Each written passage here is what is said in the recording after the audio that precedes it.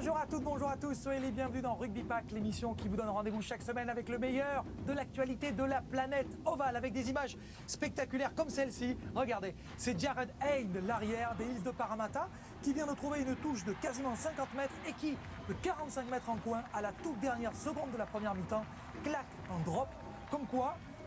quand c'est pas fini, c'est pas fini.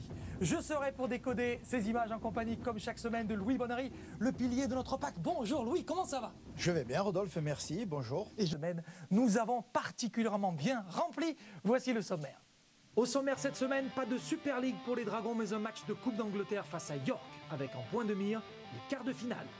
Dans cette émission, nous mettrons le cap sur l'hémisphère sud pour la 9e journée de NRL. Allez, on va démarrer cette semaine avec la crème du rugby à 13 européen.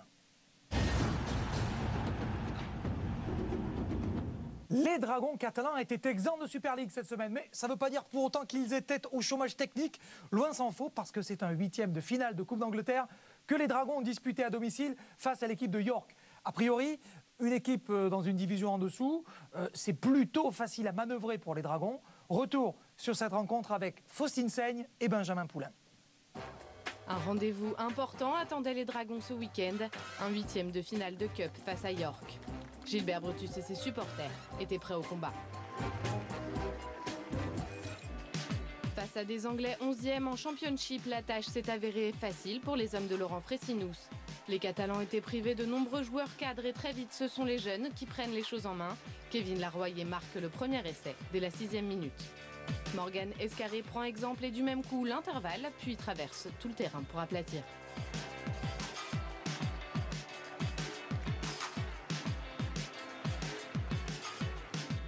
Un quadruplé de Kevin Larroyer, un doublé d'Escarré et un essai de Thomas Bosque, rien qu'en première période, donne une grosse avance au sang et or. Il rentre au vestiaire sur le score de 46-2. En deuxième mi-temps, les Catalans continuent d'enchaîner les essais et offrent un beau spectacle à leurs supporters. Morgan Escarré signe son triplé sur une passe d'Éloi Pélissier. Les Dragons se lancent dans un véritable festival offensif. Les joueurs se font des passes et Damien Blanche en bout de ligne vient aplatir le 15e essai des Catalans.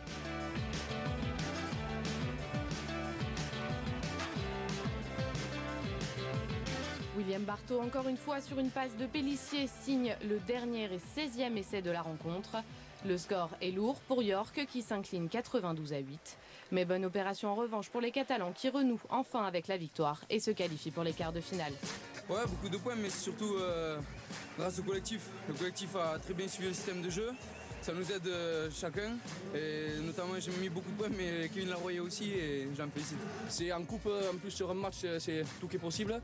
Et je pense qu'on est bien et on va la jouer à fond comme chaque année. Et on espère aller le plus loin possible. L'objectif de la finale, bien sûr, bien sûr. Ah, ça a été large, mais bon. Maintenant, il ne faut pas se consacrer à cette victoire. Il faut viser le quart de finale et tous à Wembley. Les joueurs peuvent savourer leur victoire, mais doivent garder en tête leur prochain match et la réception de Castleford en Super League. À partir de maintenant, on se prépare samedi 15h, Castleford. Ok? Soyez prêts à la préparation, encore une fois. On ne se prépare pas la veille, on se prépare pas le matin du match. C'est à partir de maintenant.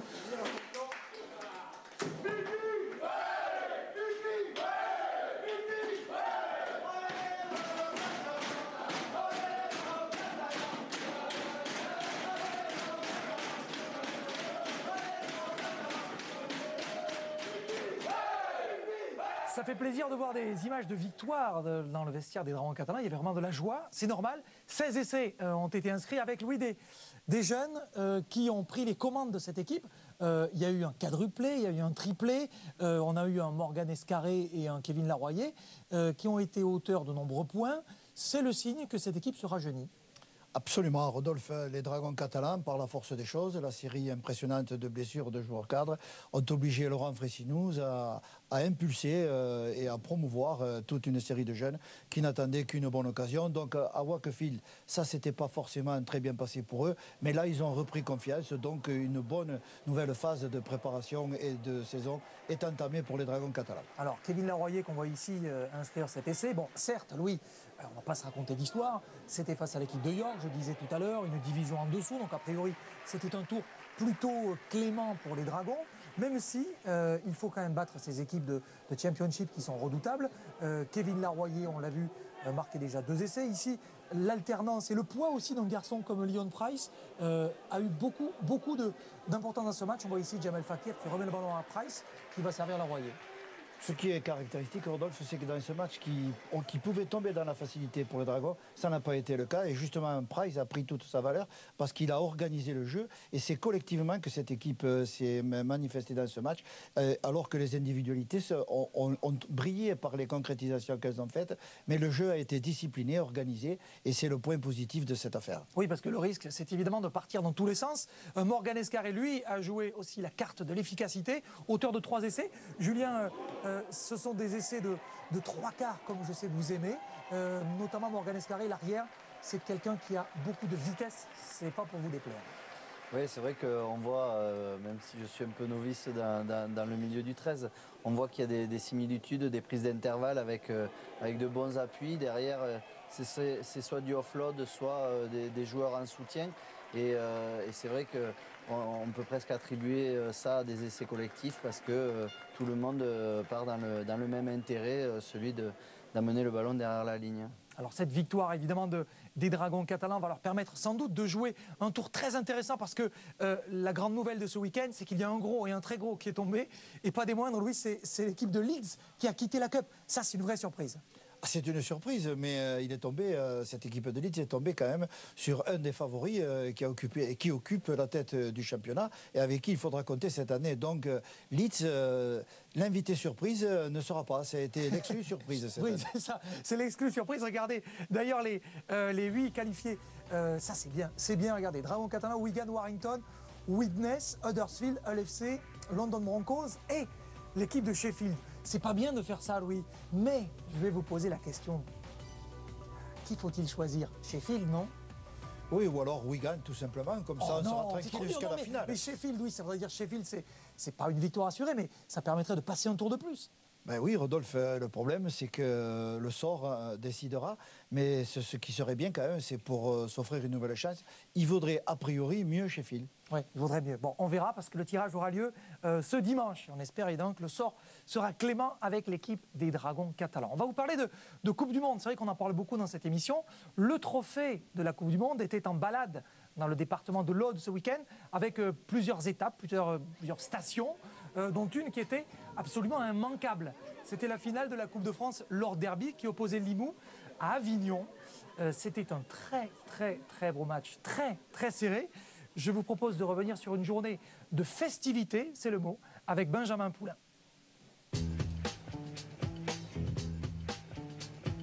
Samedi, plaine de Mérevieille à Carcassonne. Arrivée en catimini d'une star de l'Ovalie à 13. L'impatience grandit dans les rangs des jeunes treizistes. Les décibels aussi.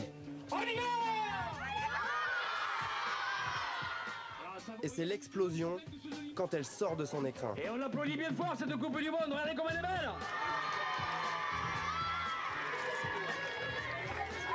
Bousculade, main tendue. On se presse pour toucher la Coupe du Monde de rugby à 13, le Graal de cette discipline. Un trophée qui suscite l'admiration et nourrit les rêves les plus fous. J'ai ressenti que j'avais envie de la gagner quand je serai plus grand. Pour toi, c'est un rêve? Oui, c'est un rêve. Après, dès que je l'ai vu, ça m'a fait un grand choc. J'étais ravie. À 6 mois de la Coupe du Monde, le trophée fait escale au Challenge Strict, 33e du nom. 47 équipes, 400 joueurs âgés de 6 à 12 ans venus de l'Aude, du Tarn, mais aussi du Lot-et-Garonne et du Vaucluse. Et cette année, un supplément d'âme est perceptible. Y aurait-il un effet Coupe du Monde ? Voilà les jambes. On sent qu'ils sont intéressés et surtout très motivés. Donc le résultat est là, c'est qu'on a gagné nos 2 premiers matchs. 13h, remise des récompenses. Ici, pas de classement, donc pas de perdant. Le Challenge Strict est une fête du rugby à 13. Chaque équipe repart avec un trophée qui aura cette année une saveur particulière.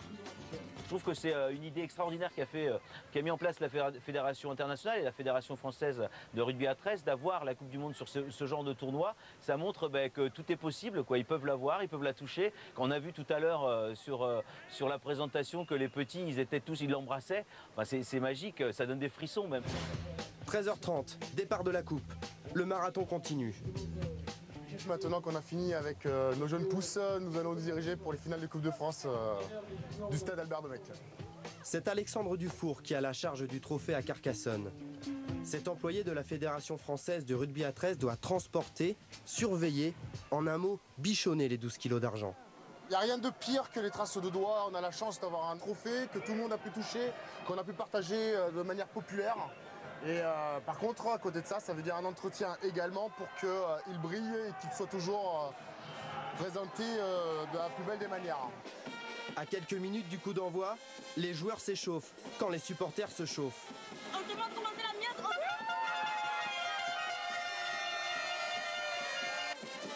Les rouges et noirs de Limoux face aux bleus et blancs d'Avignon. Et un rêve commun, remporter la Coupe de France. Première période, avantage Limoux. 14-12 à la pause. Avignon est à la peine, mais l'espoir demeure. Seconde mi-temps, il mène Limoux, c'est pas grave, c'est rien. On va se reprendre, on va gagner. Le SO en force. À fond, à donf, tu dirais. Mais bien sûr qu'on y croit, on est à fond, les Limoux, hein. Elle est comment l'ambiance ici? Ah, mais on est au top, on est à fond, là. Depuis midi, on y est là. Allez, Limoux. Au retour des vestiaires, la rencontre s'emballe. 4 essais en 10 minutes, dont 2 pour Avignon. Les Vauclusiens comblent leur retard et prennent l'avantage. À l'ultime minute, le centre-audois Scott Blanche ramène sa formation à 1 point. Philippe Ramage a la victoire au bout du pied, mais sa frappe heurte le poteau. 38-37, Avignon l'emporte sur le fil au terme de la finale la plus prolifique de l'histoire. Une renaissance pour un club mis en dépôt de bilan en 2001 et qui remporte son premier titre majeur depuis 24 ans. Pour Frédéric Bissière, le coprésident avignonnais, il y a eu un effet Coupe du Monde. Je pense que pour les joueurs, ça a donné un peu plus d'énergie, un peu plus d'envie. Et voilà, donc tant mieux. Dernière photo. Derniers instants volés en compagnie du Graal. Ce n'est pas un adieu, plutôt un au revoir. Et rideau, fin de la tournée française. Retour en Angleterre pour faire briller d'autres yeux et accomplir d'autres rêves. D'autres rêves, merci à Benjamin Poulain pour ce sujet qui nous a fait un peu rêver, qui nous a projeté aussi dans la prochaine Coupe du Monde parce que Avignon retrouvera la Coupe du Monde puisqu'un match international s'y déroulera, un match de poule de l'équipe de France. 75 points, vous avez bien entendu, 75 points inscrits dans une finale, c'était en soi historique. Et puisqu'on parle d'histoire, pour Avignon, c'était plutôt un succès attendu depuis très longtemps puisque le dernier titre, regardez, c'était une Coupe de France, c'était en 1989, retour dans l'élite à 2008. Pour le coup, Louis, ils ont bien fait les choses, nos amis du Vaucluse. Dans le Vaucluse, c'est une terre importante pour notre discipline, bien implantée. Avignon, c'est un club historique et qui avait besoin d'une victoire et puis surtout d'un résultat qui accentuerait la bonne dynamique actuelle du rugby à 13 dans la province. Ça vous a plu cette finale? Ça a été serré. Vous avez un petit point, un tout petit point. Et à partir du moment où il y a beaucoup d'essais, forcément, ça plaît aux spectateurs. Et le suspense à la fin, c'est sûr que ça amène un peu de piquant, mais c'est la saveur des phases finales. Ouais, ça se finit avec un coup de poing, un coup de pied qui atterrit sur la barre. Ça, c'est vraiment pas de bol pour les Limouxins qui auraient peut-être pu remporter ce match. Mais évidemment, c'est le sort de ces matchs couperets de cette finale de la Coupe de France. Pour nous, il est temps de mettre le cap sur l'hémisphère sud, direction l'autre côté du monde.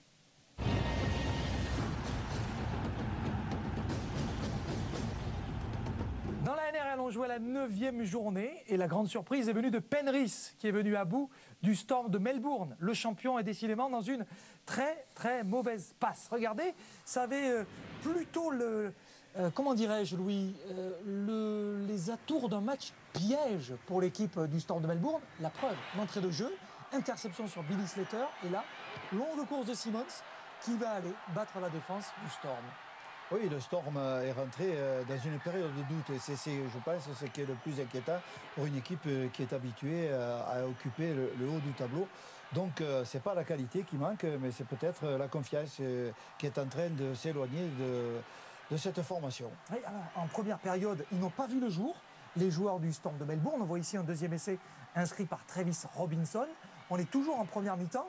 On attendait la réaction du Storm qui n'est toujours pas venue. Nouvelle attaque cette fois-ci, côté droit. On va aller inscrire avec David Simmons, un doublé pour lui.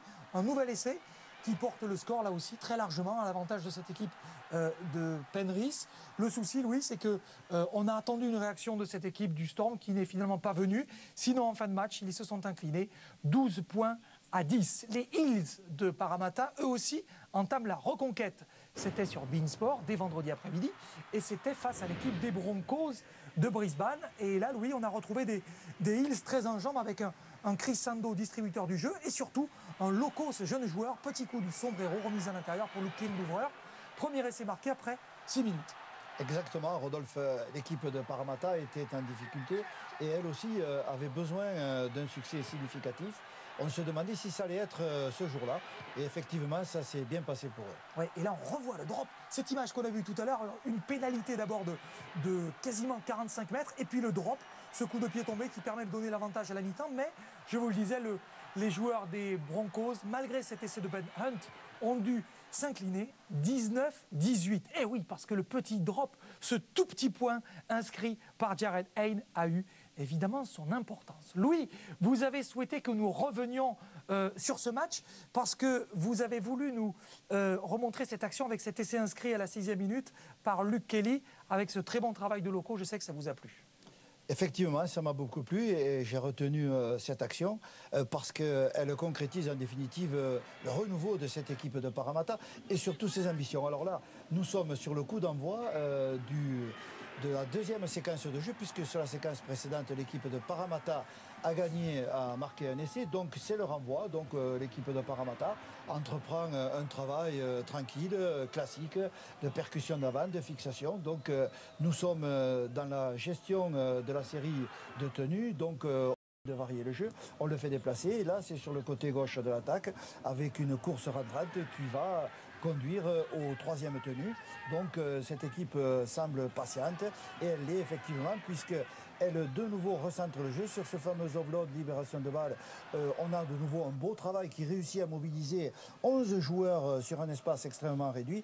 Et là, le comportement qu'il va falloir suivre avec beaucoup d'attention, c'est celui du talonneur derrière le tenu qui montre évidemment le sens qu'il aimerait au jeu, mais surtout la rotation de sa tête où il a bien analysé que c'est pas sur le côté droit que ça va se passer. Lui, il sait avoir, en arrivant sur ce 5e tenu, il n'a plus de droit à l'erreur. Il va relancer le jeu sur le côté gauche de son attaque. Et là, nous voyons l'action qui se déroule avec 2 preneurs de balles qui vont gagner beaucoup de terrain. Et puis, Loco, l'exploit personnel. C'est ici, il a compris que c'était compliqué, donc il prend le jeu à son compte. Un coup de pied en pleine course qui lobe la défense, il récupère. Et là, ses soutiens qui sont à l'intérieur, lui aussi a la lucidité d'aller chercher l'arrière, qu'il réussit à bloquer. Donc il n'a plus qu'à assurer une passe pour que ses coéquipiers à l'intérieur marquent un essai très, très beau, très long et très varié, très riche techniquement. Ce que j'aime, moi, Louis, avec vous, c'est que ça a l'air très simple. Ça vous a plu cet essai, Julien ? Ouais, mais c'est un essai qui a l'air construit. On essaye d'amener la défense d'un côté du terrain pour se dégager de l'espace sur le retour. Et on voit sur la fin de cette action qu'il y a quand même 4 joueurs attaquants face à 2 défenseurs. Certes, ça passe par un coup de pied par-dessus, mais il y a un surnombre offensif qui a été voulu au préalable par un travail de sape, de percussion. C'est intéressant. Ça vous a plu, je sais. Je sais. Pour ce qui concerne la tête de la NRL, on a vu que le Storm avait trébuché, mais qu'ont fait les Seagulls de Manly ou les Roosters? C'est bien justement Charlotte Gabas vous dit tout ça. Il y avait plus de 30 000 fans rassemblés ce week-end pour assister au grand choc entre les New Zealand Warriors et les Canterbury Bulldogs. Au Westpac Stadium, les Warriors proposent un début de match tonitruant. En un quart d'heure, ils inscrivent 2 essais, dont cette réalisation de Lelei. Johnson transforme, mais ce n'est pas terminé. Les Warriors continuent leur démonstration. Ici, c'est une prouesse collective, conclue par Fiziliaï. 16-0, on joue depuis une demi-heure. Les Bulldogs parviennent malgré tout à sauver l'honneur juste avant la pause. 16-6. Et ce match va changer d'allure au retour des vestiaires. Les Bulldogs sont métamorphosés. Comme revigorés, ils vont réaliser une deuxième mi-temps parfaite. Ben Barba porte le score à 18-16 à la 73e minute, avant que Reynolds ne récupère ce ballon et inscrive en solitaire un dernier essai cruel en toute fin de match. 24-16 score final pour les Bulldogs, leur 3e succès consécutif. Pour les Riders, cela a commencé par une belle ovation. Le public de Canberra était visiblement ravi de leur victoire face à Melbourne la semaine passée. L'ambiance va vite retomber, car cela débute mal face aux Newcastle Knights. En 11 minutes, McManus puis Rochaud sur cette action vont marquer tour à tour. Et les Knights mènent déjà 14-0 après un quart d'heure de jeu. Il faudra 10 minutes aux Riders pour riposter. Ils trouvent enfin la solution grâce à Earl, puis grâce à Blake Ferguson, l'homme le plus en vue du moment à Canberra. Finalement, les Knights ne mènent plus que 14-12 à la mi-temps. Et le retour des vestiaires va tourner à la démonstration. Blake Ferguson et Sandor Earl vont s'offrir un triplé et Newcastle ne va plus marquer un point. Portés par leur public, les Riders vont inscrire 6 essais en seconde période, 44-14 score final et une deuxième victoire d'affilée pour Canberra. Le dernier match du week-end était aussi le plus attendu, un duel de haut vol entre les défenses les plus solides de la ligue. Au Brookvale Oval, dans la banlieue de Sydney, Manly accueillait les Roosters et c'est un vrai test pour les deux équipes. Les Roosters vont prendre les devants à la 11e minute suite à cette perte de ballon. Jennings s'offre une splendide envolée et marque le premier essai. C'est alors un duel physique qui s'amorce. 20 minutes, les Roosters obtiennent une pénalité qu'ils choisissent de transformer pour accroître leur avance. Grâce au coup de pied de Maloney, les Roosters mènent 8-0 à la pause. Manly va inscrire ses premiers points grâce à ce coup de pied précis de Daly Cherry Evans, réceptionné par Mattei, qui marque leur premier essai. Et la seconde période est intense. Les Roosters vont perdre un homme sur cette action. Pour ce choc, Jared Waerea-Hargreaves est exclu et les Roosters terminent la rencontre à 12. Repliés en défense, ils vont tout de même garder le contrôle pour finalement inscrire un ultime essai en toute fin de match grâce à Friend. 16-4, une victoire douloureuse mais précieuse. Les Roosters sont désormais deuxièmes au classement. Victoire de l'équipe des Roosters, mais alors dans un match extrêmement rude. On va revoir cette image justement avec un plaquage de Waerea-Hargreaves sanctionné sur George Rose, le pilier de l'équipe de Manly. Au ralenti, ça fait encore plus peur, Louis et Julien. Oui, effectivement. D'abord, ça fait peur parce que c'est un plaquage tout à fait irrégulier qui est très haut et très dangereux. Donc, peut-être spectaculaire, mais dangereux. Et justement sanctionné par l'arbitre avec un carte rouge et expulsion immédiate du joueur. Il n'y a même pas eu cette fois-ci de mise sur le rapport. Allez, on a vu que tout roulait pour les Roosters, mais alors qu'en est-il du rival, les Rabbitohs de South Sydney? Eh bien, les joueurs de Greg Inglis se mesuraient aux Cowboys du North Queensland. Et cette équipe, tout de même, Louis, des Cowboys, a posé des difficultés à cette équipe des Rabbitohs. Et il a fallu cette petite faute de Thurston pour débloquer le match. Effectivement, on se rend bien compte que les Rabbitohs n'ont pas envie de quitter la position de leader. Et que face à eux, on ne peut pas se permettre, on n'a pas trop de marge de manœuvre contre eux. Et les Cowboys en ont fait l'expérience. Alors on a vu que Winterstein avait réussi à juguler les offensives des Rabbitohs, sauf qu'ici, Louis, là, rien à dire. Greg Inglis, à 4 minutes du terme de la partie, se paye un essai de 80 mètres pour la victoire. 28 points à 10. Une fois de plus, Greg Inglis est au sommet, il est au top de cette NRL. Ce qui nous donne le classement suivant, Louis. Cette équipe des Rabbitohs continue de nous surprendre avec une position toujours très enviable. Sans plus tarder, nous allons retrouver notre envoyé spécial en Australie, notre coach à nous, Laurent Garnier. Bonjour mon cher Laurent, comment allez-vous? Ça fait longtemps qu'on n'avait pas eu l'occasion de voir des Rabbitohs de South Sydney autant à la fête. Oui, bonjour à tous. J'ai fait mes petites recherches sur South Sydney et les Rabbitohs. La dernière fois qu'on a eu les Rabbitohs en premier et les Roosters en second, c'était en 1968. Si on part du dernier titre, vous et moi, Rodolphe, n'étions pas nés, et je pense que Louis avait encore tous ses cheveux. Merci, Laurent. Oui, donc c'était hier. C'était hier, au fond. Alors, la transformation de cette équipe des Rabbitohs, elle est explicable aussi par la personnalité de son actionnaire principal, par son propriétaire. Le Gladiateur, le fameux Gladiateur, qui a repris le club avec son partenaire financier et associé Peter Holm-Akur, qui est un millionnaire australien. Et tous les deux, ils ont décidé de faire renaître de ses cendres le club des Rabbitohs, qu'on appelle ici la fierté de la Ligue. On a l'habitude de dire ici, quand les Rabbitohs vont, tout va. Et c'est vrai que la NRL se porte plutôt bien. Donc 2006, il rachète le club et il fait tout ce qu'il faut autour du club et dans le club, en achetant les bons joueurs et les bons entraîneurs, pour le sortir un peu du marasme dans lequel il était tombé dans les années 90. Laurent, l'arrivée de Russell Crowe, puisque c'est de lui dont on parle, de l'acteur américain, enfin australien, néo-zélandais, américain, australien, il est un petit peu tout, mais surtout patron de cette équipe des Rabbitohs, son arrivée a transformé ce club et l'a projeté dans un autre monde. Oui, tout à fait, parce qu'avec l'arrivée de Russell Crowe, il y a aussi une arrivée une grosse manne financière. Dernièrement, la semaine dernière, ils ont signé un nouveau sponsor maillot, qui est le même sponsor que les Melbourne Storm, pour 3 millions de dollars sur 3 ans. C'est le plus gros sponsor maillot de la NRL. Donc oui, Russell Crowe et les stars d'Hollywood font venir beaucoup de monde autour du projet Rabbitohs et il se dit, il y a un frémissement, on se dit, qu'est-ce que ça serait beau, quelle belle histoire pour un club créé en 1908 s'il pouvait gagner le titre cette année.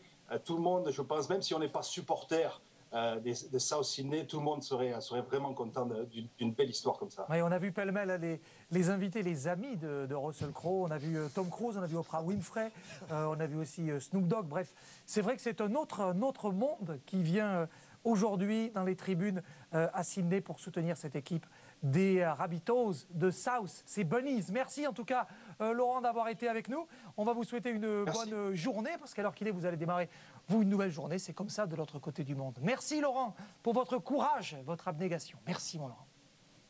Merci, au revoir. De quitter, on va regarder le programme qui nous attend sur l'antenne de Beansport. Et ce qui nous attend, c'est d'abord de la NRL avec le match des Broncos face aux Titans. Ça sera ce vendredi.